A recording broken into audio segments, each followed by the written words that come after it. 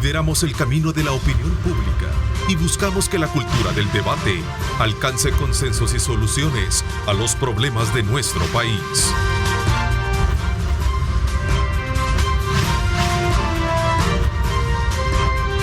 Diálogo con Ernesto López.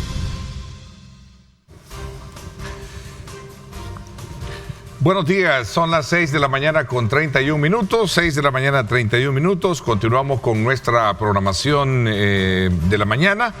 Agradecemos a todo el equipo periodístico de Telenoticias 21, por supuesto a nuestro buen amigo, presentador que ha estado con nosotros, Osvaldo, dándonos las informaciones pertinentes de cómo amaneció el país y cómo amaneció el mundo. Así es que un saludo muy especial a todos y cada uno de ustedes. Bienvenidos a este día miércoles, un miércoles de análisis de coyuntura, no solo en nuestro país, sino también lo que está pasando en el mundo. Quiero darle la más cordial bienvenida al staff del programa Choque de Opiniones, que Radio Fuego tiene los días viernes a las 7 de la noche. Quiero saludar cordialmente a Betty Arana. Gracias por acompañarnos, Betty. Gracias, Ernesto, por la invitación. Ya teníamos un poquito más de un mes, 2 días. Sí, bien contado. Bien contado, pues sí, porque nos gusta estar aquí. Ya Gracias. Sentimos que es nuestra casa. Y también quiero aprovechar, Ernesto, para felicitarte por los mensajes que has estado transmitiendo. Mensajes, yo les llamo de superación personal. ¿Sí? A mí me han servido mucho y quiero pedirte que lo sigas haciendo. Bueno, muchísimas gracias. Te agradezco.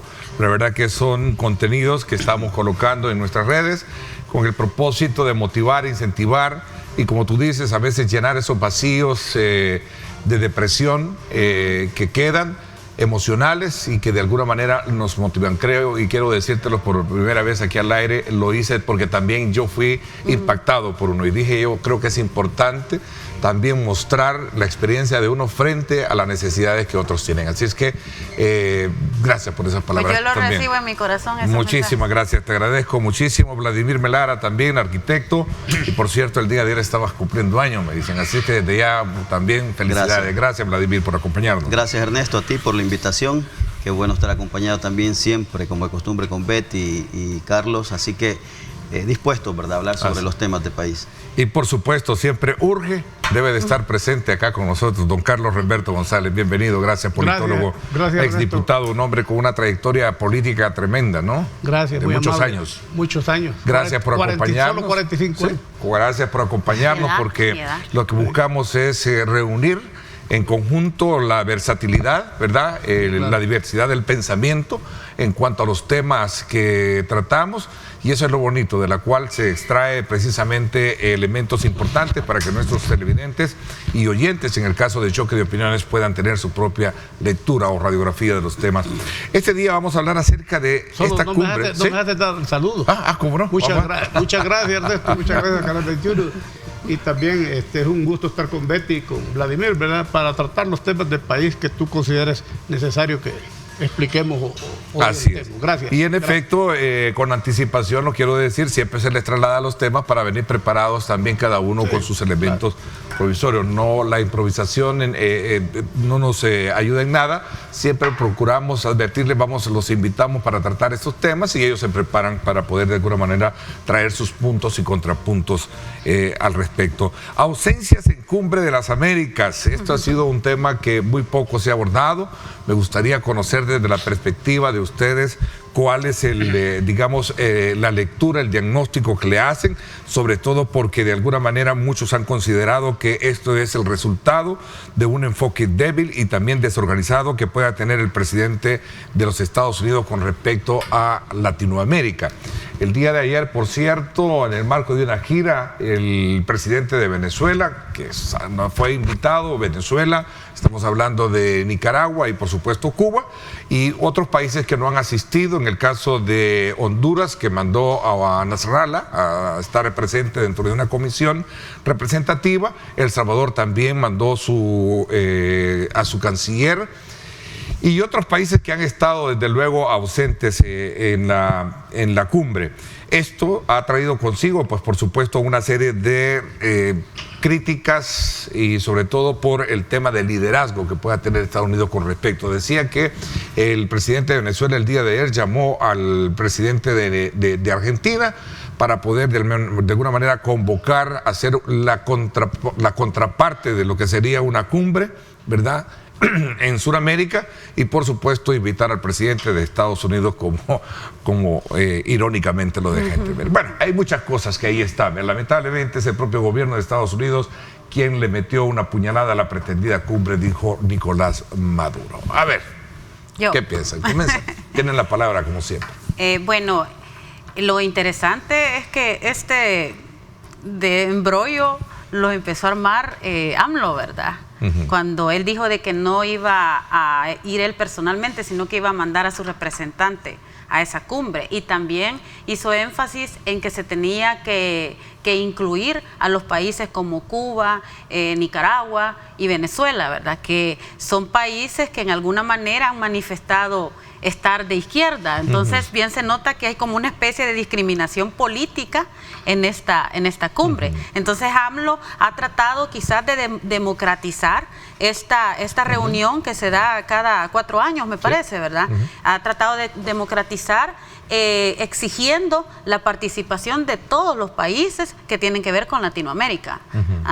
Entonces, es bien interesante porque ahora nos damos cuenta que Latinoamérica está despertando y se está haciendo en algún momento escuchar, ¿verdad?, ante los Estados Unidos, y ya no está poniendo como la cabeza de solo estar siempre con una gran ahí subordinación, ¿verdad?, hacia los Estados Unidos. Pero también entiendo que dado a estas presiones que AMLO ha estado, digamos, haciendo, también los Estados Unidos anda como queriendo ver cómo acontenta, mejor dicho, a Centroamérica, ¿verdad? Y parece que Kamala Harris se ha estado reuniendo con inversionistas, con empresarios, para que vengan varios miles de millones de dólares al Triángulo Norte, a Centroamérica. O sea, pero esto es dado, y también las medidas. Pero es que México fue tajante. En México fue claro decir, la invitación la tengo, pero yo no voy a ir. Yo voy a ir en solidaridad. Pero todas estas ausencias han provocado que también algunas medidas se rebajen en Cuba y en Venezuela, y ahora estos miles de millones. Se amplió ruta de vuelos para Cuba. Y el tope de la. Y Venezuela, vendeme más petróleo. ¿verdad? Más petróleo. Y los miles de millones que vienen para Centroamérica. Vamos a ver, dijo AMLO, no voy a la cumbre, decía, porque no se invita a todos los países de América. Y creo en la necesidad de cambiar, dijo, la política que se ha venido imponiendo desde hace siglos. La exclusión al querer dominar sin razón alguna, el no respetar la soberanía de los países, la independencia de cada país, y no puede haber cumbre de las Américas si no participan todos los países del continente americano. Vamos a ver. Vladimir, te veo pensativo. No sé si vienes de la celebración todavía, pero te veo pensativo. Estaba meditando sobre lo que estás leyendo. Mira, yo creo que este es como el resumen de muchos años de relación, creo yo, entre Estados Unidos, la relación que ha tenido Estados Unidos con toda América Latina. A mí me parece que ha sido un buen momento. Yo creo que la decisión que ha tomado el presidente de México es ejemplar, porque demuestra no solamente a Estados Unidos, sino que a todos los pueblos de Latinoamérica, que hay principios básicos que deben de respetarse entre los países, ¿verdad? E incluso Cuba siempre ha mantenido una posición en la que siempre está abierta a las invitaciones e incluso a asistir, pero siempre dice, asistimos, pero siempre en el marco de nuestra Carta de Principios, de nuestros valores como país soberano, y también sobre nuestra política exterior que tradicionalmente hemos demostrado. Es decir, demostrando pues que ellos están incluso dispuestos a un debate, porque Cuba, Venezuela, Nicaragua siempre han estado dispuestos a debatir sobre democracia.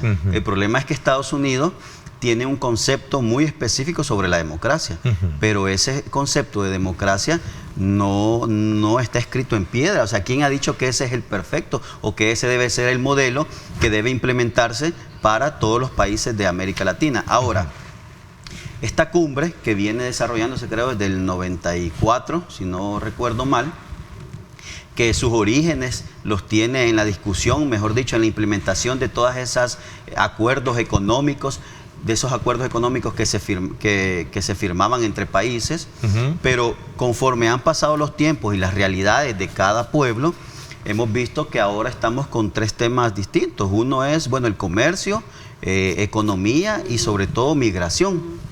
Y es un tema que directamente atañe, por ejemplo, a nuestro país, a El Salvador, que formamos parte, digamos, como nos han llamado, el famoso Triángulo Norte. Entonces, de hecho, ese dinero que supuestamente vendría es para combatir la inmigración. Sí, correcto, es para digamos, reducir un poco la migración que hay hacia la frontera sur de Estados Unidos.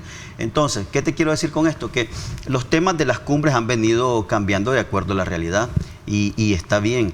Pero en ese sentido también todos los países tienen derecho a que se les respete su política exterior.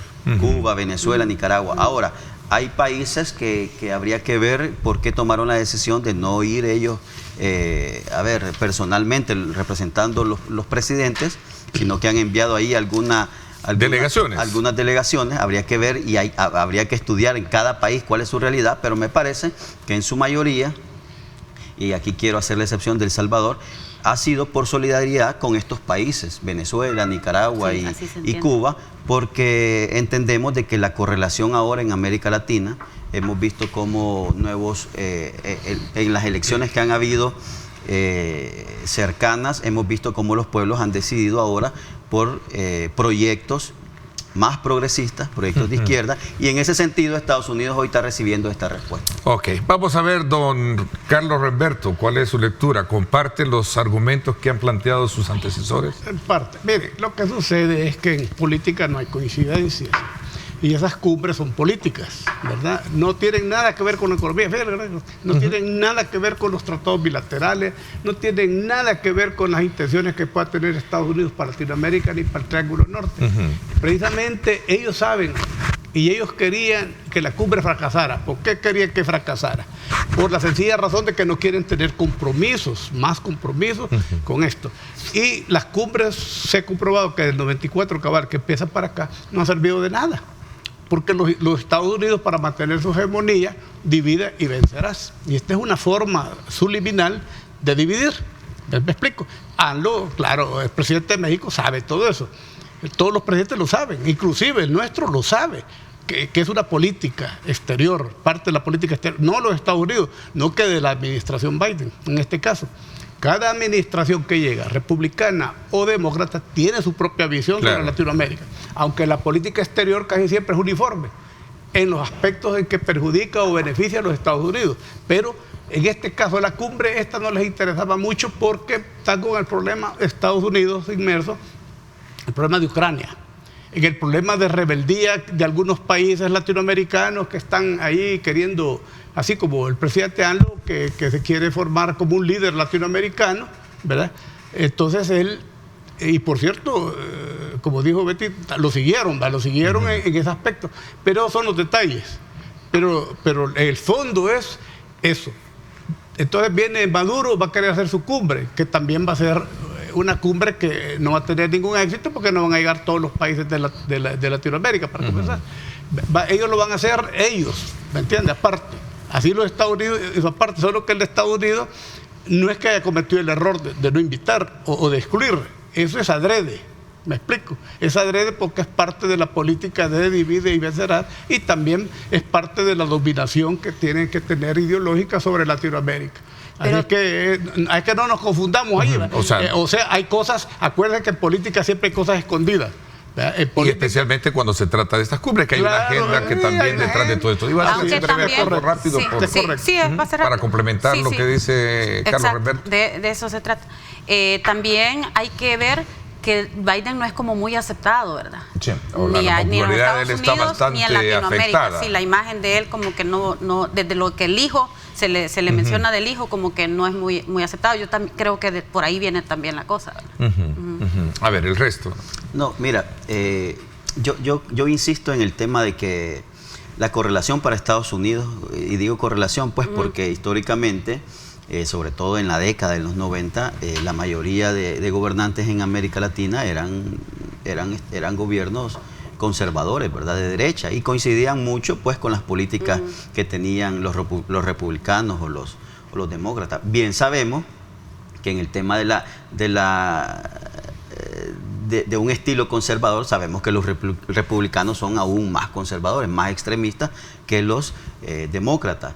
Pero al final de cuentas, en Estados Unidos siempre gobierna el sector conservador de ellos. Es decir, las políticas poco cambian, la política exterior de Estados Unidos poco cambian, y se ha venido, y uno de los ejemplos que más representativos son la relación que ha tenido con Cuba y de hecho con Venezuela. Es decir, han llegado gobiernos demócratas, estuvo Obama, estuvo Bush, y vimos los estilos. Es decir, siempre implementan ellos esa digamos, el sentido de querer acorralar las economías de estos países, afectando, así como salía una participación que ustedes pasaron en la televisión, que a pesar de que las políticas intentan golpear a los gobiernos, terminan golpeando al pueblo. Claro. Es decir, esas políticas esa política exterior de Estados Unidos para golpear a los gobiernos de Cuba y Venezuela, al final lo que hacen es golpear a los pueblos. Claro. Y eso no tiene otro nombre más que es un crimen. Correcto. Por ejemplo,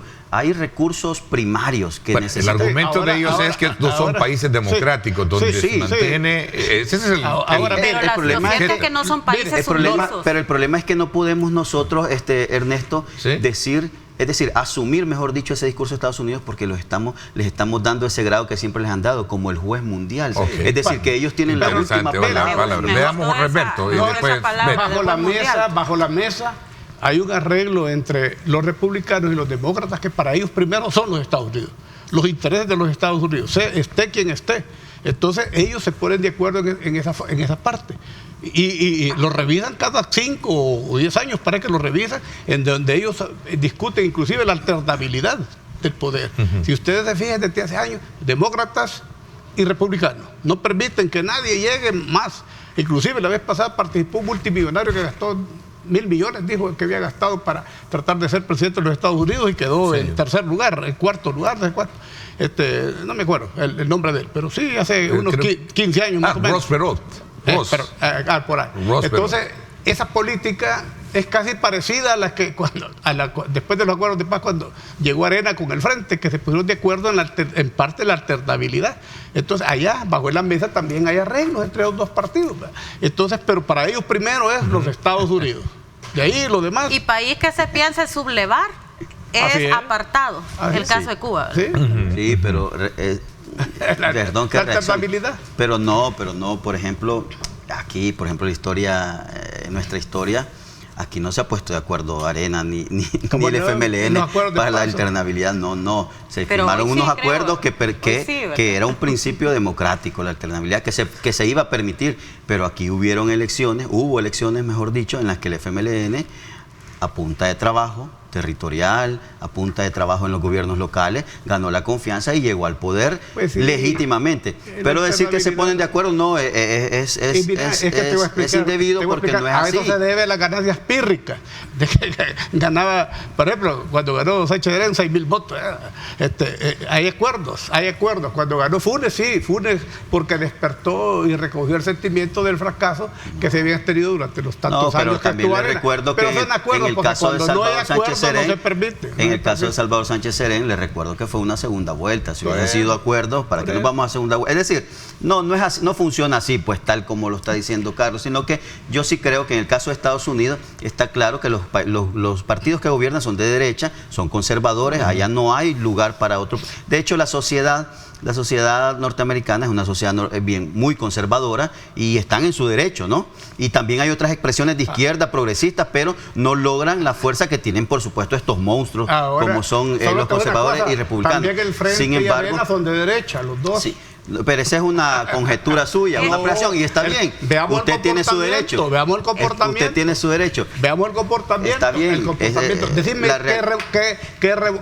qué acto revolucionario hizo el Frente durante 10 años. Ninguno. Entonces son de derecha, porque te digo, yo soy de derecha. Y te digo y reconozco que fueron actos de derecha. Yo pienso que al final las ideologías no nos han servido de nada, porque tanto la ideología de derecha como la ideología de izquierda, lo único que han servido es para robar y para venir a hacer corrupción en el país por 30 años. Entonces, al contrario. ¿de qué nos han servido las ideologías? De nada. Al contrario, las ideologías en estos instrumentos políticos es como que yo te diga a ti, Betty, que los valores no sirven para nada. Claro, las ideologías son los valores que tienen los institutos políticos, organizaciones. Claro. Las personas que ustedes lo representaron no los tenían. Es que no hay que personalizar. Es decir, es como los 10 mandamientos. Perdón, hay que mejor individualizar, pero, por ejemplo, los institutos políticos, las ideologías que tienen, por supuesto que son importantes, porque de eso se desprenden los trabajos, los programas de gobierno. Entonces, decir que la ideología no es importante, claro que es importante, porque eso me define a mí como ser humano. Yo tengo una ideología. Sí, imagínate si yo no fuera de izquierda, yo tuviera otros valores siendo de derecha. La única ideología que practicaron en el país, tanto Arena como el FMLN, fue la ideología de robar. Entonces a mí con eso ya no me dan paz. No, a ver, pues sí, vuelvo a decir, esa es una apreciación tuya, muy personal, y está bien, pero la realidad es otra. Es decir, por ejemplo, en el FMLN, sus estatutos dicen que es un partido... y son estatutos preciosos los del FMLN, fíjate, sobre todo en la parte donde promueven la participación de la mujer, que esa parte me encanta. Socialista, revolucionario y democrático, dice el artículo 8 de nuestros estatutos. Así define nuestro partido. Entonces, cada uno de sus militantes actúan conforme a esos estatutos, tienen que enmarcarse. Entonces, una persona con otros valores no puede pertenecer al FMLN. Y un ejemplo es el presidente de la República. No podía pertenecer a este FMLN porque sus valores eran otros.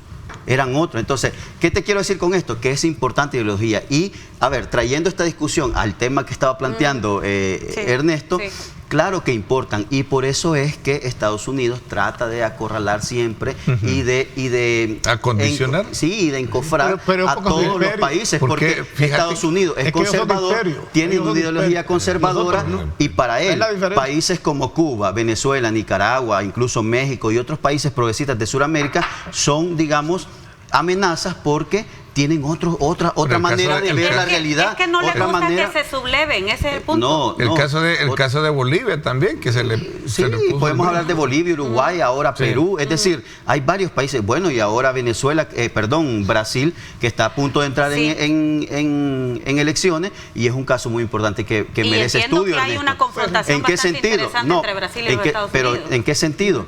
Se va a dar un fenómeno en Brasil y va a servir de ejemplo para toda América Latina y para todos esos casos de supuesta corrupción a los que han sido acusados algunos gobernantes. Fíjate qué interesante, el presidente Lula Da Silva fue acusado. Pero es otro país. Aquí en El Salvador se disfrazan todos. Unos se disfrazan de izquierda, otros se disfrazan de derecha. ¿Qué es lo que quiero decir, Ernesto? Que en Brasil, resumido, ¿qué es lo que quiero decir? Que en Brasil es muy probable que vuelva a la presidencia un presidente que fue juzgado, que fue acusado de corrupción y se le comprobó que fue un montaje del sistema jurídico, del sistema judicial y sobre todo de la oligarquía de ese país. Y va a servir de ejemplo para otros países en América Latina, porque el pueblo brasileño puede ser que decida. Y a ver, ¿quién va a llevar la contraria ahora a una libre decisión del pueblo brasileño de escoger a Lula? Cometemos un error cuando comparamos la política interna de otro país con el de El Salvador. El Salvador es único, Brasil es único. Todos los países, así como los seres humanos, somos únicos.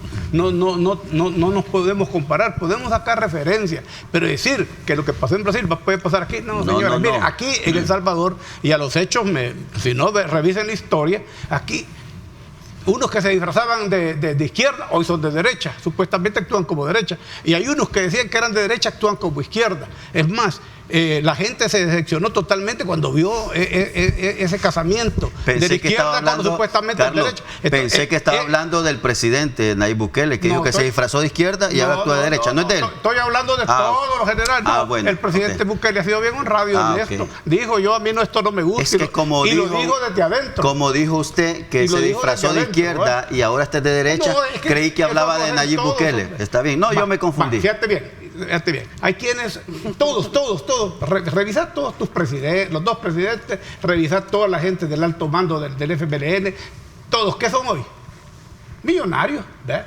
Millonarios. Eso es falso. Negocios. Compruebe que son millonarios. Eso es falso. Miren, pero ya volviendo al tema en el que estábamos. Acordate, revisarlos, vos que estás en el partido, revisarlos cómo llegaron. No, pero eso es falso.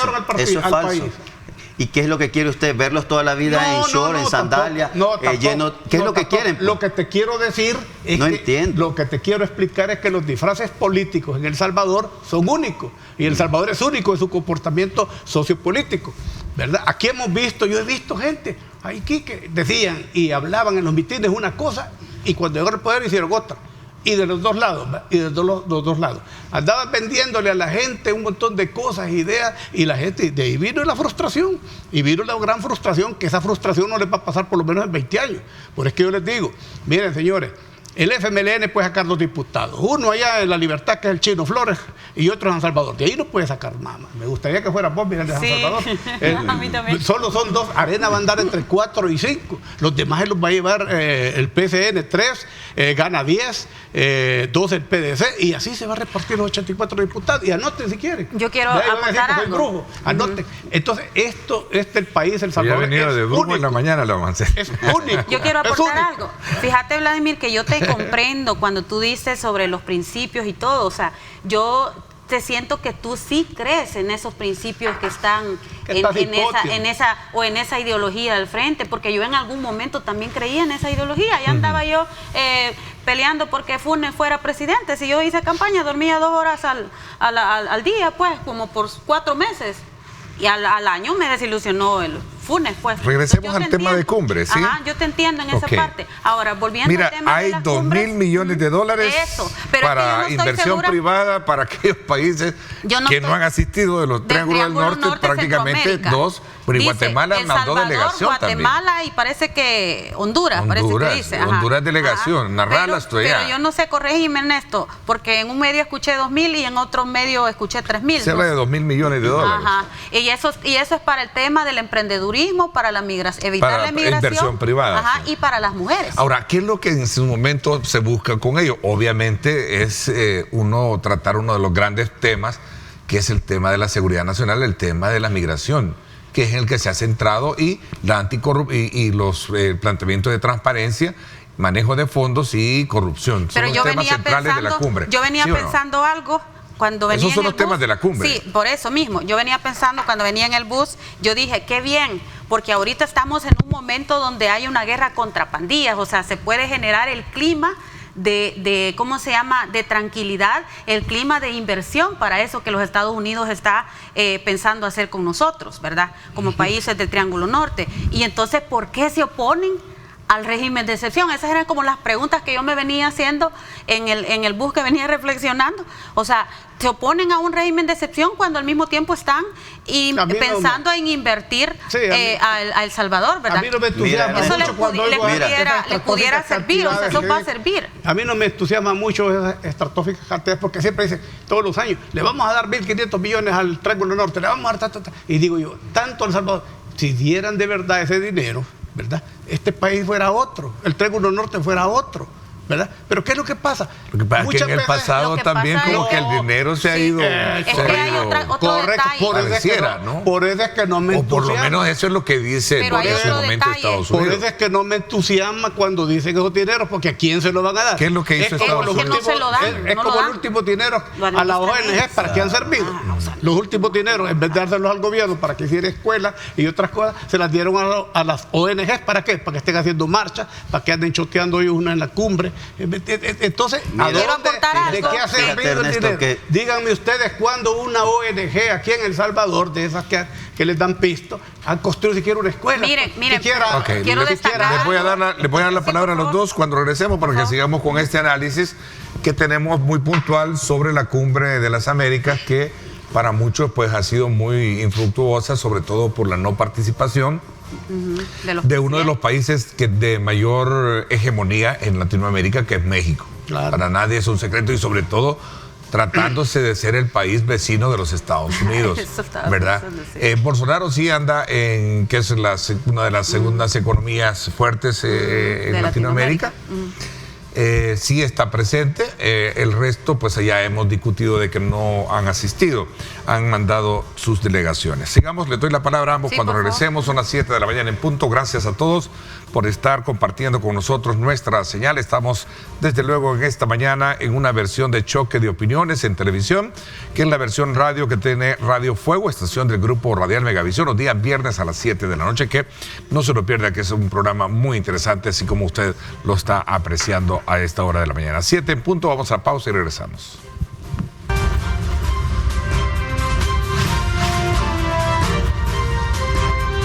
Diálogo con Ernesto López.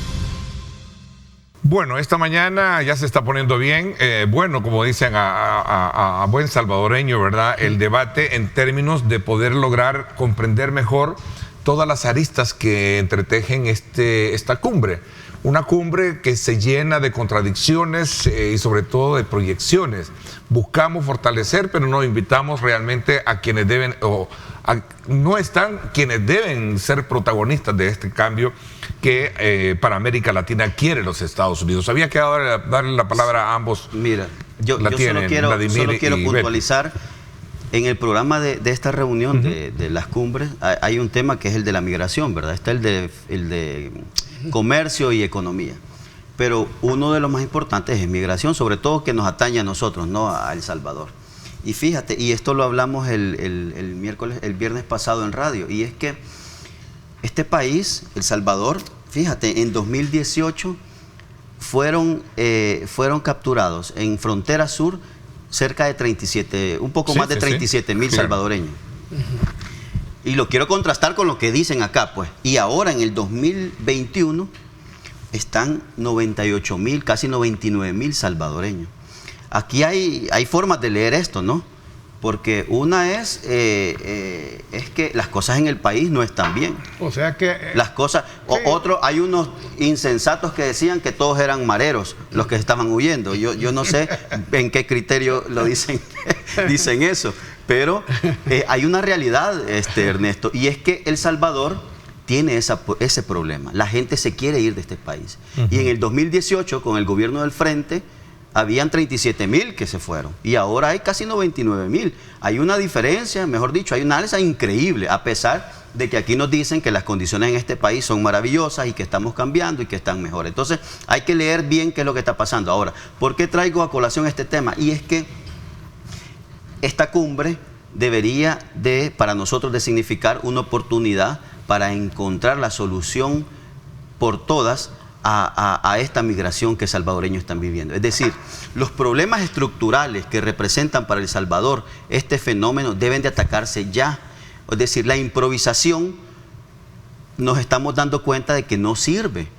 Hay salvadoreños que necesitan educación, necesitan formación, necesitan muchas más herramientas que palo, garrote y pistola para salir de la realidad que están. Entonces, esto vemos que no está sirviendo para evitar la migración. Y fíjate que lo que tú estás planteando, Vladimir, perdón que te interrumpa, solo para sumar, el presidente de México lo denunció y él dijo, ni un centavo ha llegado, estamos queriendo detener la migración que viene de Centroamérica, pero Centroamérica ni un centavo ha recibido como ayuda para detener la migración. Te lo voy a señalar.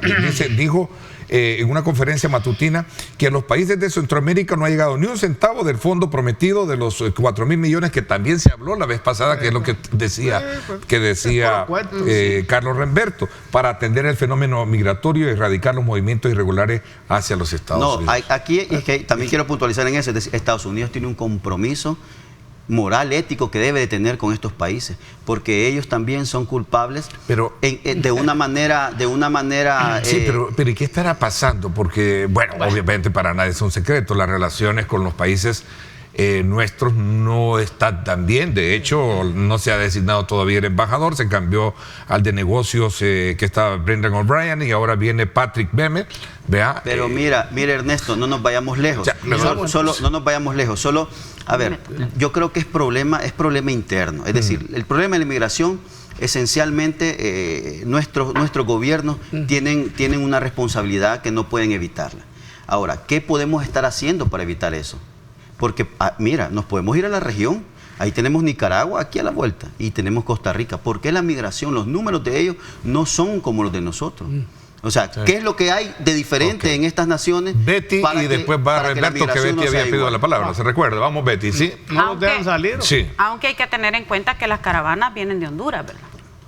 Las caravanas y no son de ahorita. Pero aquí están, estas son nacionalidades. Se unen varios, ahí van varios. Ok, entonces, viéndolo de eso, y lo otro es de que El Salvador, la migración no solamente es por la falta de oportunidades, también ha sido porque las pandillas han obligado a muchas familias a salir del país, a muchos jóvenes a salir del país. Un día de estos me escribía una señora y me decía, licenciada, mi hijo tuvo que venirse para acá, para los Estados Unidos, porque lo amenazaron, incluso le sacaron un ojo al muchacho de 16 años, las pandillas. Entonces, también tenemos que ver, tú dijiste muy bien, los problemas estructurales. El problema estructural que hemos tenido en El Salvador ha sido de lo peor, o sea, las pandillas es lo peor que tenemos. Sí se necesita el garrote, sí se necesita la pistola y sí se necesita meter presos a todos esos pandilleros. Pero no está funcionando. ¿Por qué no está funcionando? Claro, Si ¿y por qué la migración va en alza? Claro que está. Fue el 2021, Es que Vladimir, no, ¿por qué la migración está en alta? Déjenme terminar, por favor. Mira, ¿cuánto tenemos de tener el régimen de excepción? O sea, vamos al tercer mes. No puedes pedir un cambio. Pero el plan control territorial tiene 3 años. Ahora, me voy a referir al régimen de excepción en específico. O sea, tenemos menos de 3 meses. Ya se estaría trabajando, tendría que estarse trabajando ya en la recuperación de las comunidades. Al trabajarse en recuperación de las comunidades, lo cual yo aprovecho también para sugerirle al gobierno a que contraten un buen asesor para el tema de prevención de la violencia, y es el señor Alejandro Guzmán, que a mí me parece un señor súper, ¿cómo se llama?, súper profesional en esa área. Si tenemos recuperadas las comunidades, van a haber otras oportunidades. Si controlamos la seguridad, que es el eje transversal, que es la columna vertebral para que un país se desarrolle, vamos a poder resolver otras problemáticas. Betty, yo no sé si usted, no sé si tú y el resto tuvieron la oportunidad de ver la plática que tuve Yo la vi con Alejandro. Oscar Picardo. Sí, la vi. El ejemplo que puso del reto desafiante que hay de ahora en adelante, después de este choque, y que lo contó con los dedos, la famosa, digamos, comparativo, ¿lo tienes? Lo podemos mostrar, donde ahí te deja bien en claro el reto que hay. O sea, de 10 jóvenes, decir que te los cuento con los dedos, solo uno logra. Y ese uno se enfrenta al tema de desempleo. No sé si tienen, me avisan cuando estén listos, porque es bien interesante lo que tú estás planteando. ¿Ya está listo? Listo, oigámonos y lo analizamos. Pues bien interesante ponerle atención. Yo no vi el programa. Ok, veamos. Mira, el problema de pandillas, de migración y de subempleo, que son los 3 grandes, digamos, cánceres que tenemos como sociedad, tiene a la base un origen común y es muy sencillo. Lo voy a decir con los dedos para que quede muy claro. De cada 10 cipotes que terminan educación básica, perdemos 6 y 4 se gradúan de bachiller. De esos 4 que se gradúan de bachiller, solo 2 ingresan a la universidad, y de esos 2, solo 1 se gradúa. Esas son las estadísticas. ¿Y qué pasa con el que se gradúa? Viene la otra etapa, ¿dónde está el empleo? La pregunta es, ¿a dónde se van estos 6? Ahí está la clave de todo, Ernesto. Se van a pandillas, se van a migración, se van a subempleo, porque están abandonando el sistema escolar en tercer ciclo de bachiller, en tercer ciclo de educación básica, 7º, 8º y 9º. ¿Cuál es la edad de ingreso a las pandillas? 13, 15 años. ¿Cuál es el nivel de escolaridad de un pandillero? 7.3 grados.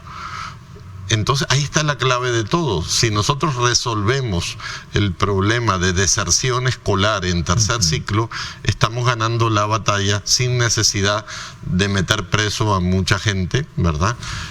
Pero tenemos que crear programas para que esos 6 que abandonan el sistema escolar sigan su trayectoria al menos hasta bachiller. Antes elemento, Betty, que refuerza el análisis de lo que casi tú estás planteando. ¿Qué pasa? ¿Qué se va a hacer con esa cuestión? Fíjate. Nos vamos a detener un poquito ahí, porque de hecho iba a tocar ese tema, pero todavía no hemos concluido con el tema de la semana. Sí, pero quiero terminar yo la idea, ¿verdad? Okay.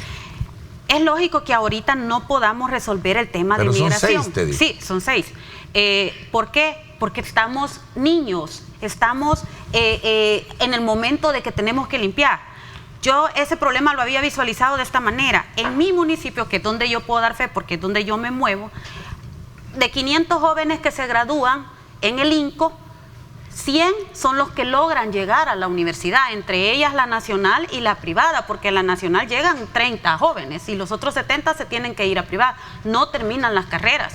Logran terminar las carreras unos 10, pero después se enfrentan, y lo sé porque lo platico con los jóvenes y todo, después se enfrentan al tema de desempleo, donde les piden hasta la magnífica para poder, emplearlos, y también toman como criterio de evaluación a la hora de otorgar un empleo, también toman de dónde viven, o sea, hasta dónde viven, te estigmatizan por el lugar donde vivís. Entonces, todo esto el gobierno tiene que ver cómo lo soluciona, pero solamente lo vamos a lograr, y termino aquí, solamente lo vamos a lograr si atacamos ese problema de inseguridad que tenemos. Si la columna vertebral, que es la seguridad de nuestro país, se resuelve, entonces podemos traer inversión al país, podemos mejorar la educación, hay dos elementos, que le doy la palabra a Remberto. Hay dos elementos que, a manera de conclusión, en esa conversación con Oscar Picardo, logramos capitalizar también de los insumos de nuestros televidentes. Es, uno, la creación de un fideicomiso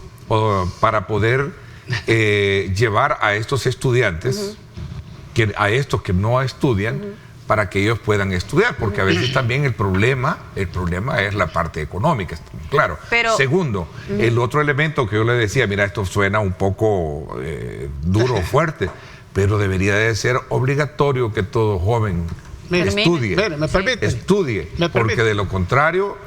¿Me permite? No puede ser, sí, por claro, favor, tiene la palabra. Mire, señores, el mundo se arruinó y El Salvador se arruinó cuando dejamos a la práctica de un lado y la teoría de este lado. Teorías vengo yendo yo desde hace rato. El problema aquí comenzó con la juventud, desde esa famosa ley de formación profesional, en los tiempos de Walter Benny, que empezaron a prohibirle. Aquí lo que se necesita son talleres vocacionales en todos los municipios, para que la gente aprenda a ser sastre, ojalatero, productivos, pues la gente productiva. No que nos hemos centrado en que tiene que ir a la universidad a estudiar una carrera.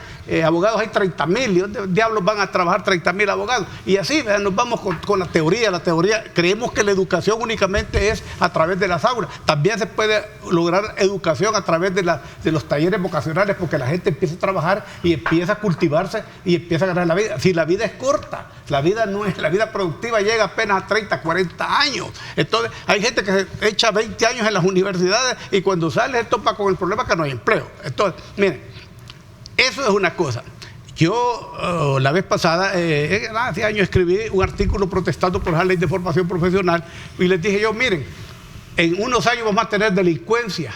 Vamos a tener delincuencia por la razón de que obligaban al señor del taller que le pagara, pues. O sea, después de que le destruya su materia prima, le pagaba, tenía que les pagaran. Entonces la gente empezó a no aceptar aprendices de nada, y el montón de vagos en las esquinas, ¿verdad?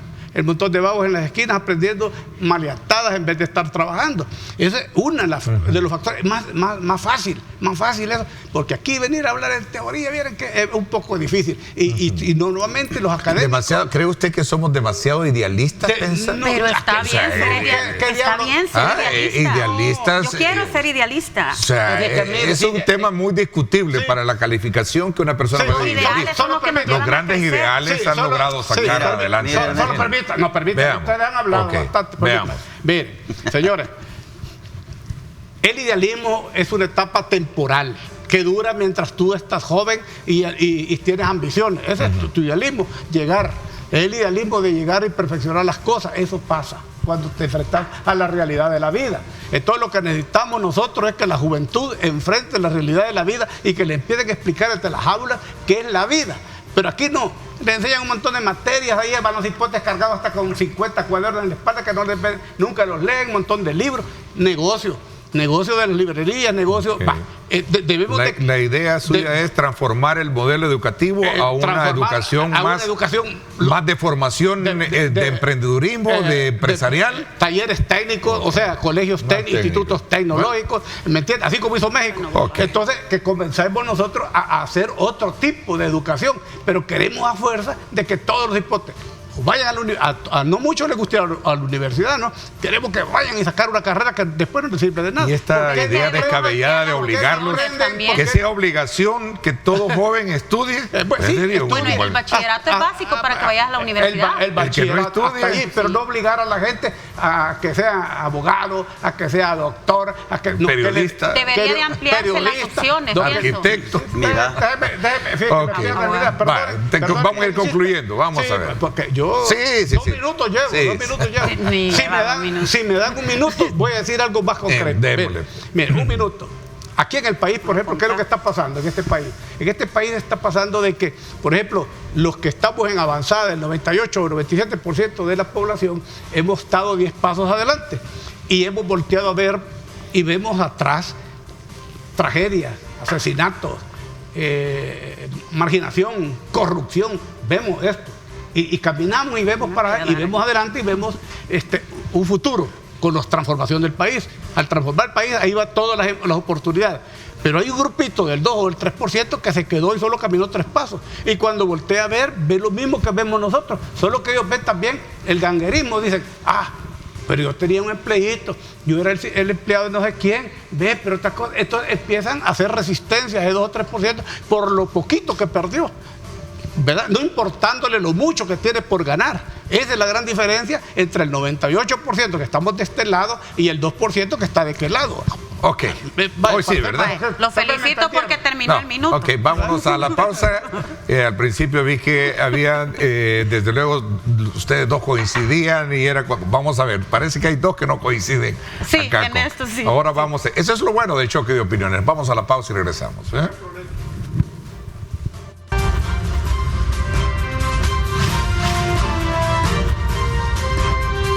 Diálogo con Ernesto López.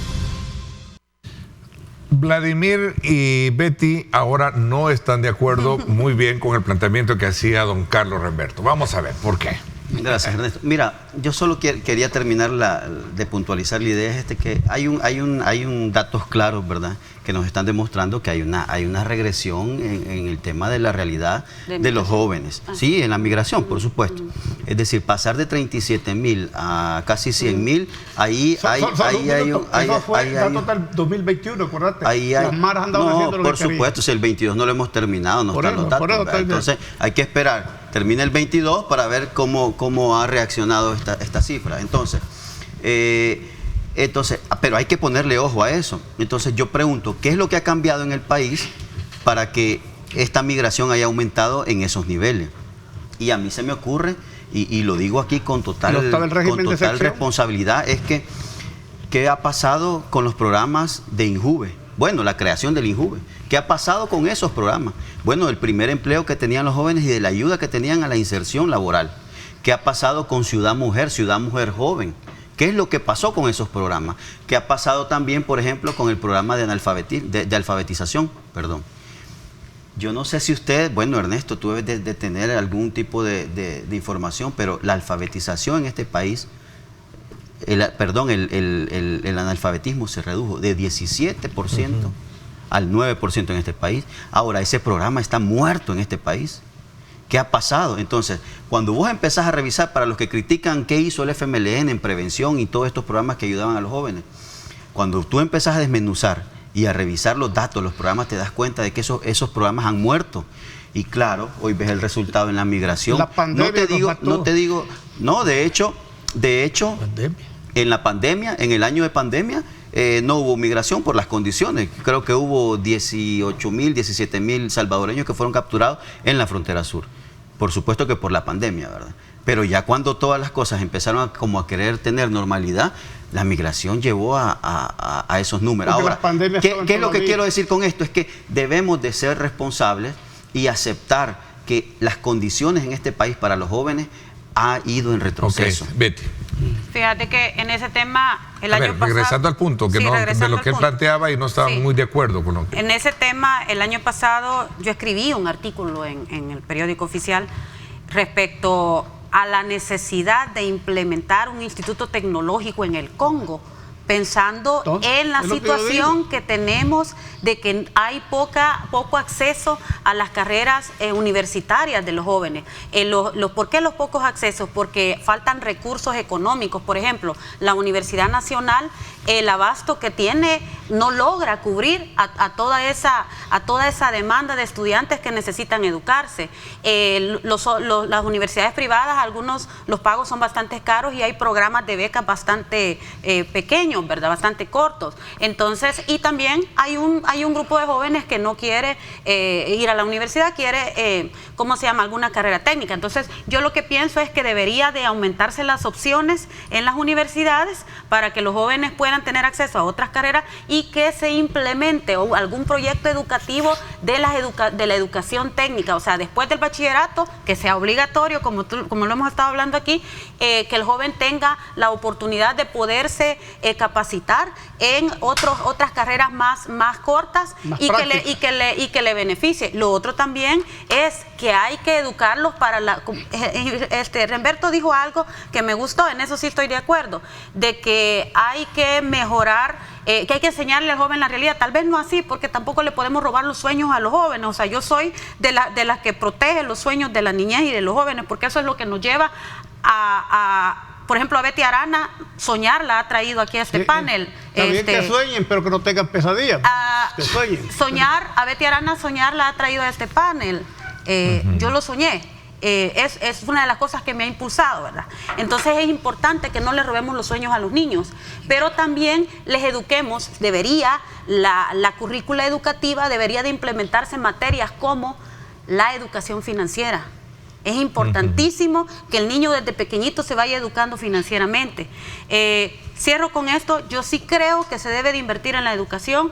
Yo sí creo de que al joven se le debe de... Tú proponías, Ernesto, un fideicomiso, un dinerito para yo sí creo en eso. Una obligatoriedad, ¿sí? Para que se estudie. Pero en esas cosas yo veo una buena oportunidad. Y dar la educación básica, después la técnica, mira cómo los pueden instruir sobre la base de... opcional, Pero ahí cierro yo. Importantísimo que el joven se eduque, que tenga opciones, porque en este país no hay opciones. Pero, insisto... Hoy son las opciones, solo la universidad, ¿no? Termino. Insisto, si nosotros atacamos el tema de inseguridad, el tema de las pandillas, y lo logramos llevar hasta el final, hasta el último pandillero, como dice el diputado Guillermo Gallego, si lo llevamos hasta el final, entonces nosotros tenemos oportunidad de poder desarrollar todos esos planes. Es que sin seguridad no hay nada. Exacto. Es que miren, eso estamos de acuerdo totalmente, sin seguridad. Por eso es que el régimen de sección es todo un éxito y el control territorial también. Por eso estoy seguro que en estos meses que está el régimen de sección, te garantizo que se ha ido poca gente. Antes del 2021, lógico, estaban las pandilleros haciendo, si habían 20 muertos, del 2019 20 muertos, 5 muertos, 10 muertos. Entonces el plan control territorial no funcionaba. No, está funcionando. No, pero antes del plan, antes del régimen de excepción. Es un proceso. Es que las pandillas es no, pero tú acabas de decir que yo no interrumpo, ¿verdad? para que me den chance. No, solo para aclarar eso, pues. Por eso, pero es que mira, está claro, el régimen de sección tiene 2 meses, hombre, y ojalá que lo tiren todo el año. Pero antes de eso no había nada. Mira, el control territorial estaba tan... Entonces no funcionaba. Óyeme, este era un cáncer que dejaron, que dejaron durante 30 años, en donde las pandillas se expandieron. Inclusive, yo veo gente que yo creo que era honrada, que anda metido en esos volados. ¿Por qué digo que andan metido en eso? Porque andan defendiendo a los pandilleros. Nadie que no sea pandillero, digo yo, ¿cómo se oponen al régimen de sección si no tienen parientes, si ellos no son pandilleros? Por algún beneficio sacaban, por eso es que se oponen. Porque si... Nadie anda viendo más que sus intereses. Cuando se violan los derechos de la gente inocente, uno se debe de oponer, por supuesto que sí.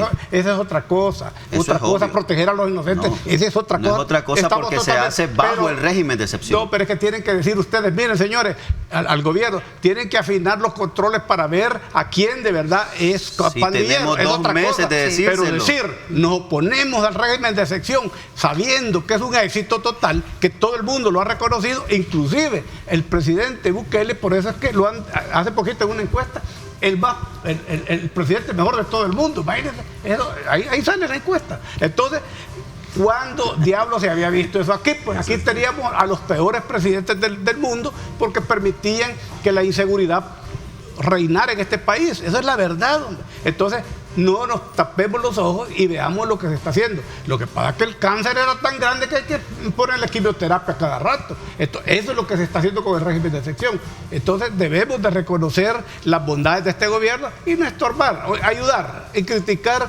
pero si lo van a hacer con vías electorales, que lo hagan, está bien, pero que no critiquen y que mucho menos nos desprestigien a nivel internacional solo porque no les cae bien el gobierno. Gracias a Dios solo es el 2 o el 3%. Hasta ahí. No, mira, yo creo que mira, Remberto, como tú dices, hay que ver la realidad. Este gobierno había dicho que había un plan control territorial que había sido exitoso y que de hecho los homicidios habían reducido, habían 2, 3 y esas eran las cifras que se manejaban.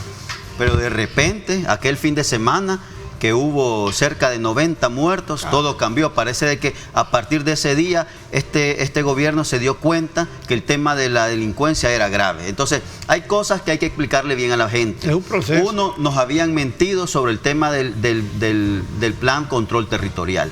Las maras seguían teniendo control en los territorios. ¿Y por qué es una realidad? Hay que capturar a 40.000 porque vemos cómo todos estos números, estos índices, contrarían lo que el gobierno está diciendo. Es decir, la narrativa de este gobierno fue falsa porque habían homicidios, las maras decidían cuándo matar. Tras la captura de los, digamos, como los intelectuales o los grandes de estos grupos delincuenciales, decía el ministro de Seguridad recientemente a la prensa que parece que hay como 7 fuera del país, dice, y que tienen a 6, creo que un dato. Otro dato que yo revisaba también, de que como que también ya hay cabecillas mujeres. Bueno, vamos a regresar porque el tema es lo de la cumbre. No hemos aterrizado todavía en la conclusión muy bien sobre el tema de la cumbre y vamos a volver de nuevo a ese tema. Gracias por estar con nosotros. 7:33 minutos. Vamos a pausa. Me están pidiendo pausa.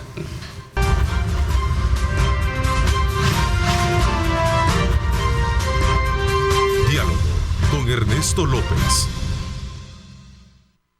Gracias nuevamente por estar con nosotros. Bueno, lo cierto es que para usted entonces es un fracaso el tema de la cumbre. Sí, un fracaso anunciado. Un fracaso anunciado. Los Estados Unidos son un país muy inteligente, son una potencia y son un imperio. Ellos son bien inteligentes y saben que perfectamente cuando empezaron a tirar la bola de que no iban a invitar a fulano, sultano, mengano y perencejo, ellos lo hicieron ya de una manera prefabricada. A ningún imperio le conviene ante una multitud ser de testigos, es decir, nos comprometemos a esto, porque todas las exigencias son colectivas. En política así es la cosa. Mientras que las exigencias de que, yo firmé un contrato con vos, pero fíjate que los 4.000 millones que les íbamos a dar y ya salió AMLO diciendo que no les han dado nada. Entonces, es más fácil disuadir un ofrecimiento así que en una cumbre, porque ahí se quieren compromisos serios y formales. Entonces los Estados Unidos, lo que está haciendo Maduro, ¿para qué diablos va a hacer una cumbre? No entiendo yo para qué va a hacer una cumbre, simplemente por llevar el antagonismo con los Estados Unidos, para decir, miren, nosotros también podemos hacer una cumbre, pero resultados, cero.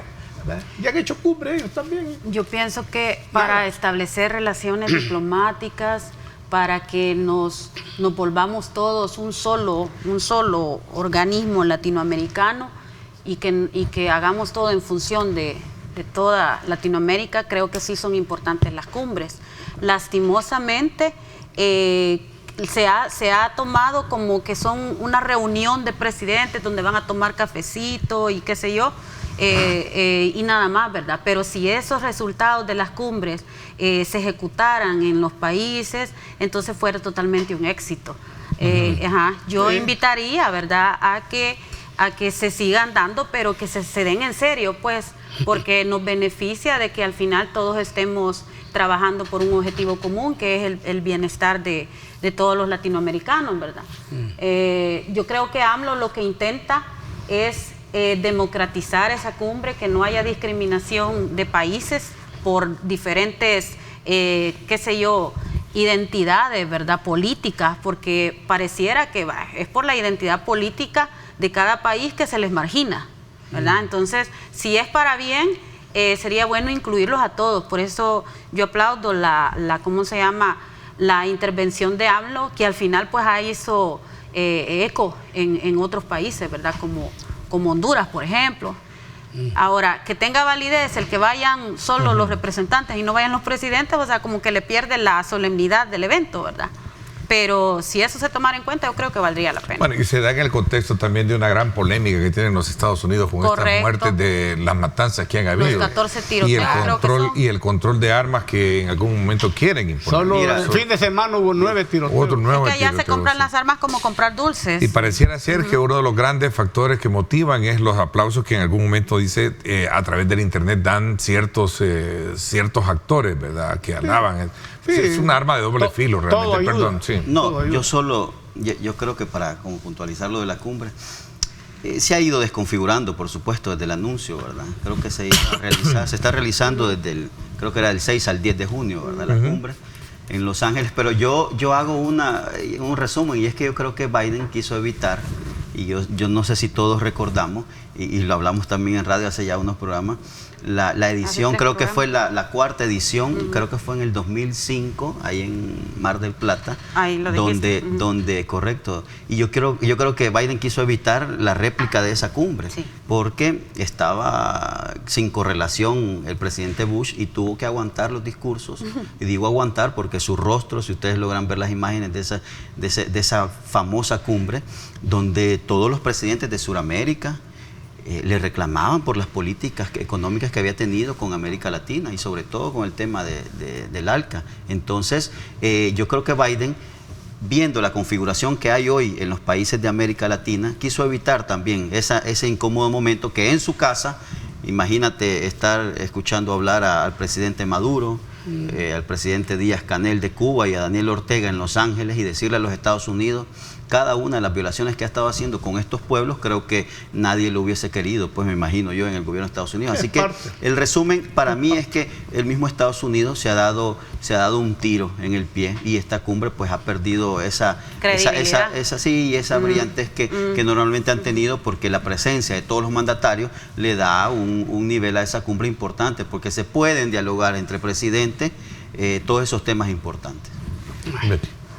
Bueno, estoy de acuerdo con lo que dice Vladimir. Creo de que ha sido un golpe a sí mismo, un autogolpe, ¿verdad?, que se ha dado el presidente de los Estados Unidos, pero también creo de que no le ha beneficiado el hecho de que no es como muy popular, ¿verdad?, en Latinoamérica. Y el hecho de que AMLO también ha escarbado un poquito ahí, entonces eso ha también influido, ¿verdad?, en que la cumbre al final, pues, no sea tal vez el éxito que se pudo haber esperado, ¿verdad? Miren, en política lo que en visión exterior es fracaso, para mí es bueno. Y esto le ha bajado la calidad a la cumbre. ¿Me entiendes? ¿Verdad? Entonces habría que ver al final qué resultados va a tener, es que a ellos no les interesaba y que hacer fuera otra evaluación, ¿verdad? A ellos es como cuando tú haces una reunión en tu casa y empiezas a regar, vas a invitar a X y empiezas a decir, mira, fulana, llegaste vos, pero fulano no va a llegar, ni Mengano tampoco. Entonces viene el otro y dice, bueno, como no invitaron, yo no voy también, ¿verdad? ¿Qué es lo que tú quieres, qué persigues con eso? De que no lleguen muchos, tal vez porque está cara la comida, tal vez porque solo vas a tener para 10, etcétera, o tal vez simplemente te caen mal los demás. Bueno, entonces algo así, aquí preguntan, la esencia de la discordia, ¿qué se sabe que es Estados Unidos? Intereses políticos, son intereses políticos. Los puntos medulares en todo esto tienen que ver con el tema de... Todo tiene que ver con la política exterior de la administración Biden, todo tiene que ver con eso. Hay que ver y hay que comparar lo que hacían los republicanos en materia en política exterior y lo que hacen los demócratas, aunque ellos en las partes puntuales, como dije al principio, siempre los Estados Unidos es primero. Para ellos, para los Estados Unidos, la Cumbre de las Américas es un acto protocolar, sencillo. Me explico, porque todas las cumbres, inclusive las Naciones Unidas, están en crisis. Hoy, cuando hacen esas reuniones, ¿qué fue a decirles el presidente Bukele la vez pasada a la ONU? Lo les digo, y al siguiente año estaban haciendo lo que Bukele dijo, ¿verdad?, que fueran virtuales. La OEA también, nadie cree ya en las cumbres, nadie cree ya en las cumbres. No fue por Bukele, fue por la pandemia. Influyó. Desde entonces el presidente Bukele viene ganando liderazgo, entonces hay que aceptar esas cosas. Pero mire que él mismo no toma consejo porque llegó presencialmente a la asamblea en vez de hacerlo vamos a ver, el tema de la organización de alguna manera también ha sido parte débil de todo esto, porque entiendo que en una cumbre yo estuve a lo largo de mi carrera periodística dado cobertura a varias cumbres. Sí. Y la organización de la misma es en conjunto ver lo que los presidentes tratan, sí, y paralelamente las reuniones que se dan. Entiendo de que no ha habido mayor, organización en ese aspecto de las reuniones paralelas donde se tratan la ejecución de todas esas. Todo es adrede. Mira, ¿Y se han cumplido esos acuerdos? Hay un aspecto en el tema. Me llama la atención eso de que no he visto reuniones paralelas. Mira, en el tema de... Vi a Claudia Ortiz reunida con algunos, vi a Claudia Ortiz, la diputada, que... Se reunió con Norma Torres. De USAID, organizaciones. Sí, como hay reuniones pues paralelas. Las reuniones paralelas que son, como quien dice, digamos, el ADN de toda esa fuerza. Son los equipos de trabajo que son los que desarrollan los temas que a veces se tratan en estas cumbres. Pero será producto también de ese mismo, problema de que no están los grandes, porque no están los grandes. Ellos fueron para ir a justificar las ayuditas que les están dando económicamente. Yo creo que cuando se manejan intereses de país, uno debe velar por la gente. México no está. No, las paralelas. No sé si Argentina también. Sí. No sé si Argentina mandó delegación o está... Sí, es decir, todos han enviado la delegación, ¿verdad? Pero la representación principal es la que les ha fallado ahora a los Estados Unidos. Pero mira, aquí hay solo puntualizando, es que también este tema internacional, Estados Unidos debe de entender, es decir, ellos lo comprenden, pues, pero saben el peligro que significa, es que él, la eclosión de nuevos, de grupos o países con poder, porque debemos de decirlo así, tienen poder político, económico y hasta cultural. Otros tienen petróleo. Y deben de aceptarlo. Es decir, tú has dicho ahorita, otros tienen petróleo. Pues sí. Venezuela es la que tiene las reservas más grandes del mundo de petróleo. Es decir, y Estados Unidos debe entender que en este planeta debe de funcionar el multilateralismo. Es decir, hay otros países que también son potencias, pero Estados Unidos no quiere ceder su papel hegemónico que ha venido teniendo durante las últimas décadas. Mandamás. Si ningún imperio va a ceder así por correcto, así. pero es que no estamos en una realidad, en la historia de esta humanidad no estamos para vivir con imperios. Sí, eso fue hace muchos... No, pero lo que pasa antes es que... porque era algo nuevo y la sociedad y esta especie estaba experimentando esos regímenes. Pero ahora debemos de entender que el multilateralismo es el que debe de privar en el planeta. Es decir, Estados Unidos deben de entender que Rusia es gigante, que China, que la India, que Brasil, que Japón, que Alemania. Entonces, en la medida que se entienda eso y que haya, por supuesto que estamos aquí hablando de intereses que incluso rayan el límite de la existencia humana, porque Estados Unidos lo que quiere garantizar, por supuesto, es que los recursos naturales, como usted dijo, Renberto, a ellos lo que les importa es su sociedad, que los recursos naturales estén a disposición para su sociedad. ¿Y qué pasó con los otros habitantes de este planeta? Es decir, el agua también la necesitamos aquí en Centroamérica, allá en el África. Entonces, debemos de entender que este planeta debe funcionar con muchos ejes, no solamente uno. Y ahí radica la posición de Estados Unidos en su carácter hegemónico de morir en este planeta. Estamos dominados por la doble moral en todos los aspectos, hombre. Miren, inclusive esas famosas comisiones de derechos humanos. Allá en Yemen del Sur mueren 2 millones de gentes de hambre. Allá en Siria hay guerras. Permítame, yo no las interrumpo. Hay guerras por todos lados y ellos no dicen nada. Y vienen al país más democrático de Latinoamérica, vienen a protestar por los derechos humanos. Por ejemplo, viene una señora por ahí de Amnistía Internacional, se reunió con quien quiso, anduvo por todos lados y sale diciendo que aquí hay dictadura.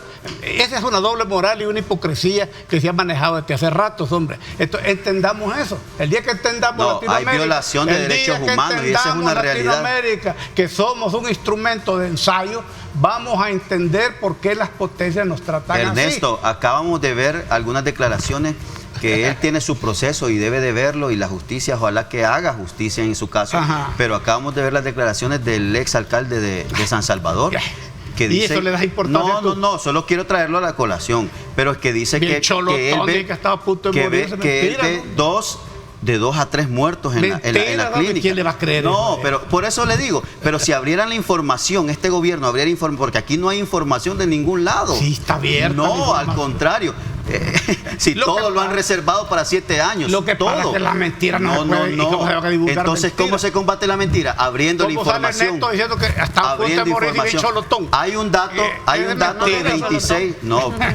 Hay un dato, Ernesto, hay un dato de cerca de 26 muertos con este régimen de excepción dentro de los penales. Mira, en los y esas penales muertes. No, voy a hacer una pausa, para la están pidiendo, lo vamos a hacer mucho. Regreso un poco con las conclusiones de los temas que tenemos.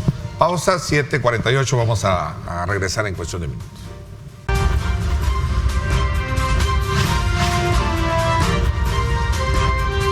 Diálogo con Ernesto López.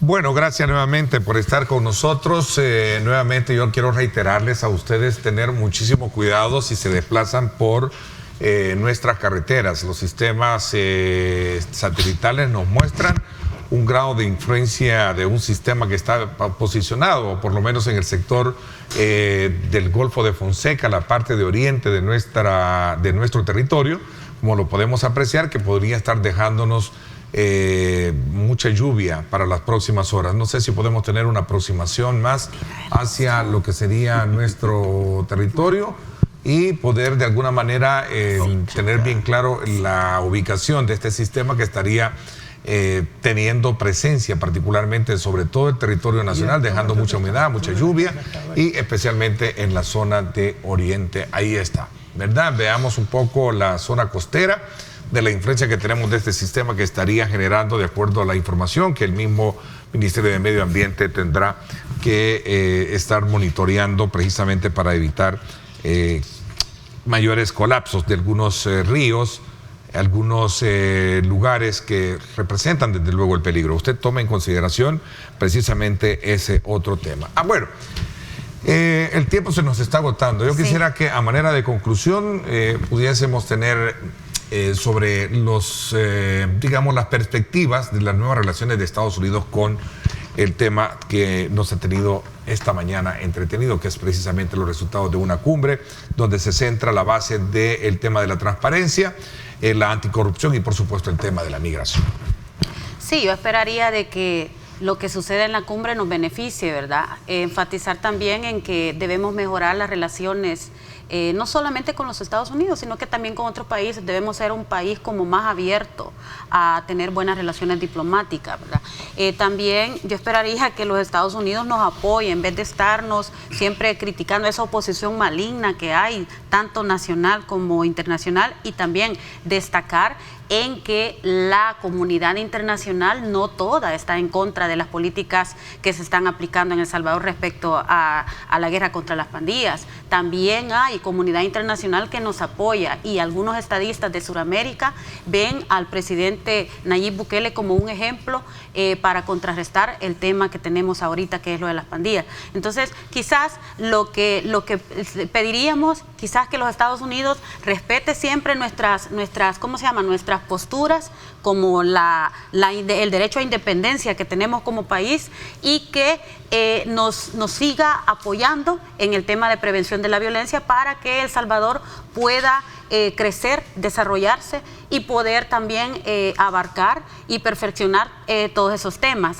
Estoy contenta porque también se ha presentado una ley de Crecer Juntos que presentó la primera dama el día de ayer, y eso, según medio he escuchado, vendría a sustituir a la Lepina, y eso también haría que se mejorara la situación de la niñez y la adolescencia en El Salvador y evitar su incorporación a estos grupos criminales. Parece que proyecta en algún momento conjuntar todo el trabajo que desarrolla lo que es el INAH y también... Sí, hacer una sola institución. Y varias instituciones, ¿no? Ajá, y como que nos incorpora a todos. Yo creo que por ahí es la ruta, que todos nos incorporemos para defender a nuestra niñez y nuestros adolescentes. Bueno, los principales puntos que plantea es interesante porque esto tiene que ver mucho con el tema que al principio ustedes mencionaban sobre las apuestas que se hacen para la juventud y evitar caer precisamente en aquellos aspectos de peligrosidad o de riesgos de que se vuelvan maras, caldo de cultivo de que las se vuelven pandillas. caldo de cultivo. Por ejemplo, está el tema de la inversión en la primera infancia, la inclusión de la primera infancia y la garantía del derecho del niño y adolescente, entre otros aspectos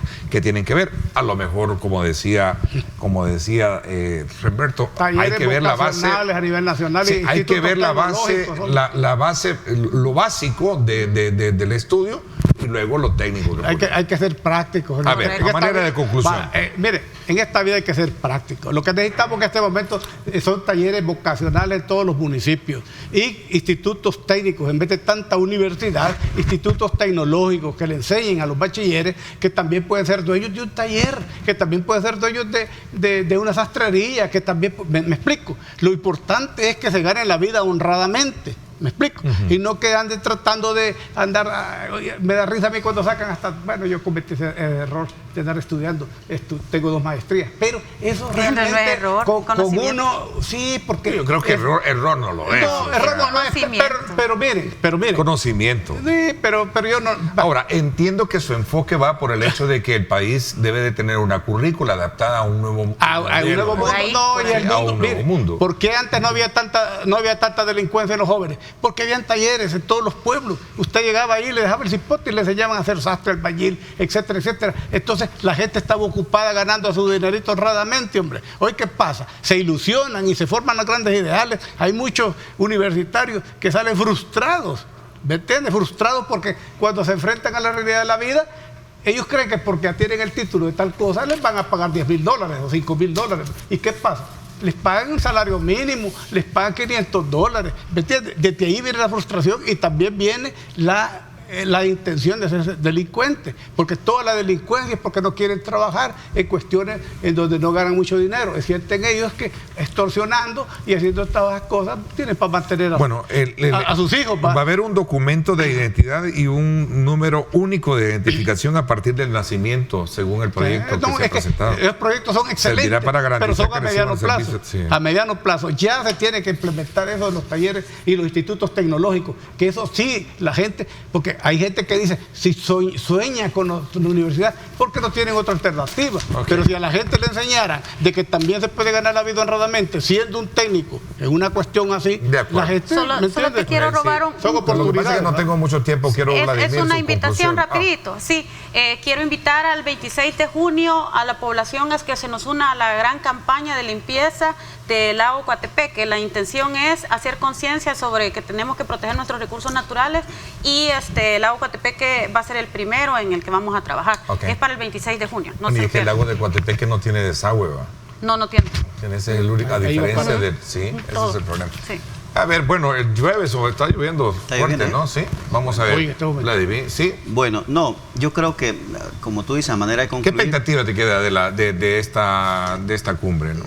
Bueno, en realidad poca expectativa tengo porque hablamos, es decir, desde el momento en que se hace una exclusión de países que son importantes en América, con el tema con la excusa de que carecen pues de principios democráticos, creo que ahí pues la cumbre perdió total lucidez, ¿verdad?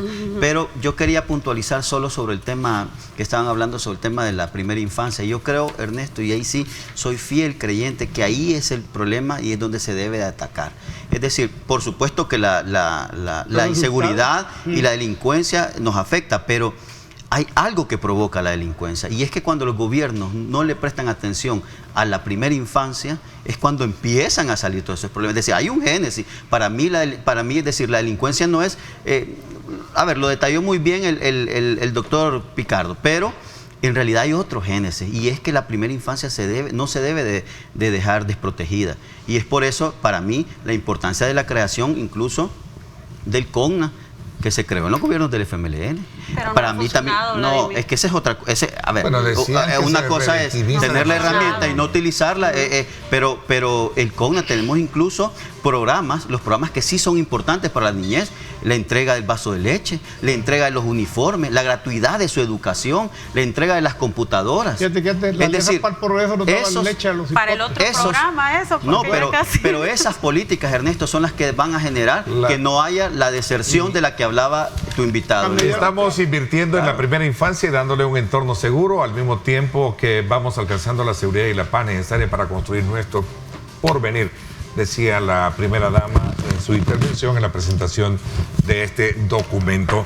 A ver, la segunda parte de discusiones como estas, escúchenla en Radio Fuego. Radio Fuego es una estación del grupo Radial Megavisión, el viernes a las 7 de la noche, donde está ese staff en choque de opiniones.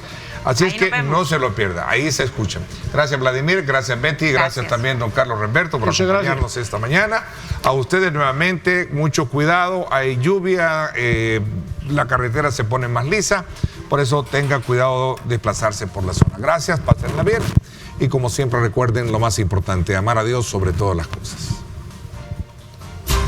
Lideramos el camino de la opinión pública y buscamos que la cultura del debate alcance consensos y soluciones a los problemas de nuestro país.